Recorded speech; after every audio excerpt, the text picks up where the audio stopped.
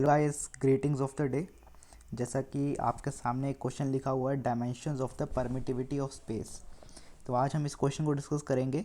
वैसे तो ये यूनिट डायमेंशन के चैप्टर के अंडर ही आता है। यूनिट डायमेंशन क्लास 11th में फिजिक्स का फर्स्ट चैप्टर माना गया है। माना गया क्या मतलब है ही। तो उसमें क्या कहते हैं कि डायमेंशंस फॉर्मूले डिराइव करने होते हैं। तो आपके सिलेबस में तो कम ही हैं, मतलब जो आपने पढ़े हैं वो। लेकिन स्कूल में पेपर में जब वो करते हैं तो वो ना ये सोच लेते हैं कि आपको थोड़ा बहुत पता ही है ना। तो या कई लोग, कई टीचर्स आपको डराने के लिए भी डाल देते हैं ऐसे डायमेंशंस। वैसे तो मेनली स्कूल्स में ऐसे क्वेश्चंस आते हैं, ग्रेविटेशनल कांस्टेंट का बताइए, प्लैंक्स कांस्टेंट का बताइए, ठीक है, इलेक्ट्रिक फील्ड का बताइए डायमेंशन फॉर्मूला। तो डिराइव करना तो आपको आता है। अगर नहीं आता तो एक 3 वीडियोस बन रखी हैं ऑलरेडी इस चैप्टर के ऊपर, units dimension and error. 3 videos हैं, 3 ही टॉपिक हैं। प्लेलिस्ट पूरी बनी हुई है इस चैप्टर की, लिंक मिल जाएगा डिस्क्रिप्शन में, उसको देख लीजिएगा जा कर के। वहाँ से आपको नॉलेज मिल जाएगी डायमेंशन कैसे निकालते हैं, कैसे डिराइव करते हैं।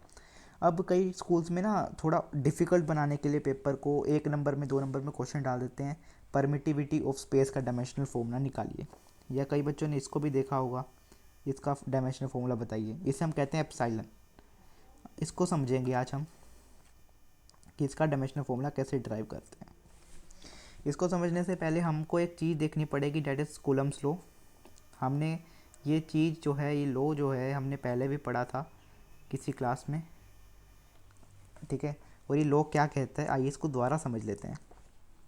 कोई भी 2 पॉइंट चार्ज हैं अगर हमारे पास, इसने नहीं बोला कि 2 पॉइंट चार्ज दो, मैं बोल रहा हूँ, और उसने उनके जो है प्रॉपर्टी के बारे में ये नहीं बताया कि वो लाइक चार्जेस है कि अनलाइक। मैं मान लेता हूँ कि 2 चार्जेस हैं Q1 Q2, और उनके बीच का डिस्टेंस है R। तो ये आपस एक दूसरे के ऊपर फोर्स लगा रहे होंगे। तो जो फोर्स लगेगी उसका magnitude is directly proportional to product of these two, mode लगा देते हैं, and inversely proportional to square of radius. Square of radius मतलब स्क्वायर ऑफ सेपरेशन, कितना सेपरेशन है उन दोनों के बीच में, उसका स्क्वायर इन्वर्सली प्रोपोर्शनल होता है। तो इन दोनों के रिजल्ट से क्या रिजल्ट आता है कि F प्रोपोर्शनल आ गया मेरे पास, इसके ये रिजल्ट आ जाता है। अब प्रोपोर्शनलिटी को हटाता हूँ मैं अगर, तो मेरे पास आ जाता है इक्वल टू, और कोई कांस्टेंट आ जाता है K। तो ये फॉर्मूला बनता है, और कांस्टेंट K जो मैं लगाऊंगा वो क्या है, 1/4 पाई एप्सिलॉन। और हमें इसका डायमेंशनल फॉर्मूला फाइंड करना है, जैसे हम कहते हैं permittivity of vacuum, permittivity of air, permittivity of space, ठीक है। जो कि हमें आज इसका डायमेंशनल फॉर्मूला डिराइव करना है। तो इस फॉर्मूला को मैं थोड़ा अच्छे से लिख देता हूँ अलग से करके, F equals to 1/4 pi epsilon. अब कई बुक्स में ना आप लोगों को एप्सिलॉन की जगह जो है एप्सिलॉन नोट भी देखने को मिलेगा। फॉर्मूला ये भी सही है और एप्सिलॉन वाला भी सही है, बट ये है असली फॉर्मूला विदाउट नोट। फ़र्क क्या है वो भी थोड़ा समझा देता हूँ। एप्सिलॉन जो होता है ना, वो epsilon naught into epsilon R के बराबर होता है। एक है permittivity of vacuum, relative permittivity of vacuum, permeability of space. Clear.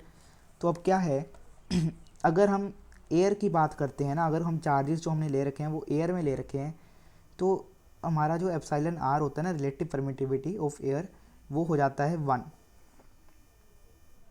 वो 1 के इक्वल हो जाता है। अब जब ये 1 हो जाएगा तो एप्सिलॉन को मैं एप्सिलॉन नोट भी लिख सकता हूँ।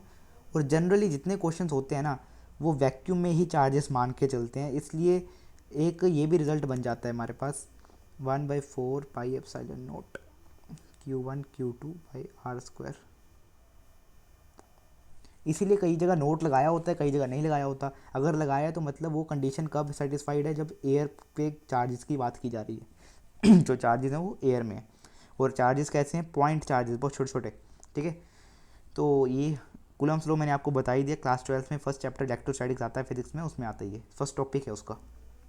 आइए अब ड्राइव करते हैं। तो कैसे लिखेंगे डायमेंशनल फॉर्मूला स्कूल में? आपको अगर ड्राइव करने को आता है ना तो आपको ये सारी चीज़ें करनी पड़ेंगी। उनको क्या पता कि ये फॉर्मूला आपने कैसे किया है, तो लिखना पड़ेगा आपको बाय कूलम्स लॉ। ठीक है,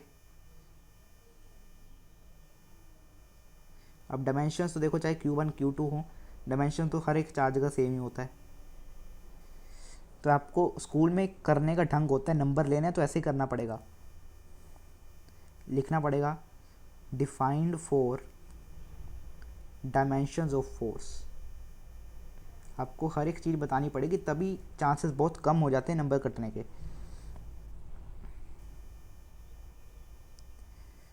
फिर इसको अलग से करके दिखाओ, भले आपको आता है लेकिन स्कूल वाले कहेंगे चीटिंग करी है, याद क्यों किया आपने, आपको डिराइव करना था।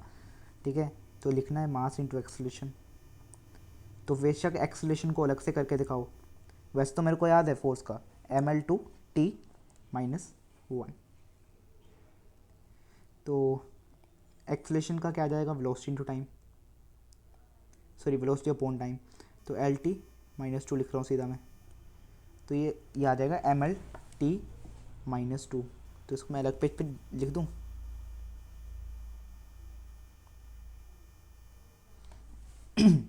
ठीक है, इसके ऊपर -2 होता है और उसके ऊपर नहीं होता। मैंने पता कैसे याद रखा हुआ है, एनर्जी और वर्क, कोई भी एनर्जी हो, काइनेटिक एनर्जी, पोटेंशियल एनर्जी, सभी एनर्जीज का सेम ही होता है। ये होता है ml/t-2। ठीक है, वर्क का फॉर्मूला फोर्स इंटू डिस्प्लेसमेंट। तो उससे कैसे याद किया है कि एक एल कम कर दो फोर्स बन जाएगा, ऐसे ऐसे याद किया। अपना अपना तरीका है, सभी जैसे मर्जी याद करें, कोई फ़र्क नहीं पड़ता। वैसे मैंने बता दिया आपको, इसकी अब जरूरत नहीं है, इसको मैं रब कर दे रहा हूँ।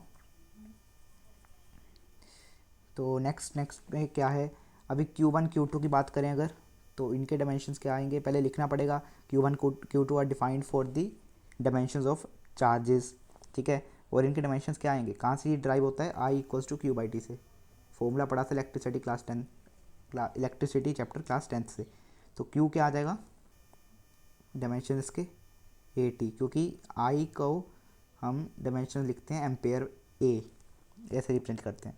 तो ये आ जाएगा आपके पास, क्योंकि मैंने Q1 इंटू Q2 लिखा है तो AT² लिख दो, क्योंकि मैंने इंटू लिखा दिया ना, दोनों इकट्ठे लिख दिए। नेक्स्ट आता है R²। तो R² पता है आपको किसके लिए, लेंथ का हो रहा है जिक्र। और आपको ये भी बताना है 1/4 क्या है, कांस्टेंट है, इसलिए इसके डायमेंशंस क्या आ जाएंगे, 0, बिकॉज इट इज़ कांस्टेंट। तो क्या बन गया, ml/t-2/1/ε। 0 नहीं बनेगा, 1 बनेगा, मैंने गलती से लिख दिया 0। ठीक है, 1/ε A²T²/L²। एप्साइलन को ले जाते हैं ऊपर, इसको ले जाते हैं नीचे। तो A²T²L-2/ml/T-2, या फिलहाल इसको ऐसा करो, L² को इसको नीचे रहने दो। जब नीचे लिखोगे इसको तो ये क्यूब बनेगा। अब देखो क्या करेंगे, ऊपर ले जाएंगे इस सारे को, तो एप्सिलॉन का क्या आ जाएगा, डायमेंशनल फॉर्मूला m-1 A2T4L-3। देखो इतना आ रहा है क्या, -1 A2T4 एंड L-3। तो ये आपका परमिटिविटी ऑफ वैक्यूम का डायमेंशनल फॉर्मूला आ गया। अब अगर स्कूल में आता है तो आप झकास तरीके से फोड़ सकते हो। अब गाइस, अगर आपको किसी भी टॉपिक में दिक्कत है, एरर्स मैंने बहुत अच्छे तरीके से कवर किया हुआ है, डायमेंशंस भी समझाई हुई हैं, SI unit, CGS, MKS, FPS, चारों टाइप्स के सिस्टम ऑफ यूनिट्स एक्सप्लेन किए हैं। वो यूनिट कन्वर्जन कैसे करते हैं वो भी बताया रखा है। वो क्या किस में आता है, वो डायमेंशंस के एप्लीकेशंस में आता है, 3 एप्लीकेशंस हैं। ठीक है, और उसकी अलग वीडियो है, एक इंट्रोडक्टरी वीडियो अलग है। इस पूरे चैप्टर की वीडियोस हमारे पास प्लेलिस्ट में पड़ी हुई हैं, आपको लिंक डिस्क्रिप्शन में मिल जाएगा, देख लेना अगर किसी भी पार्ट में कन्फ्यूजन है। और कमेंट में बताना कि फीडबैक कि कैसा लगा, कैसे समझ आया। और अगर आप इस चैप्टर की मेंटी क्विज चाहते हैं तो भी मैसेज करना, मेंटी क्विज लेने को भी तैयार हूँ। अकेले डायमेंशंस की या किसी और चीज़ की भी प्रीवियस ईयर क्वेश्चन आईआईटी के डिस्कस करवाना चाहते हैं तो भी मेंशन करना नीचे, आप जैसे कहेंगे वैसा होगा।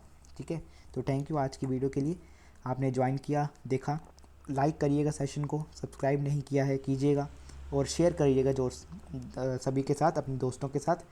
और IIT JEE aspirants, NEET aspirants के साथ ND एस्पिरेंट्स भी देख सकते हैं, साइंस में इजीली क्वेश्चन आते हैं।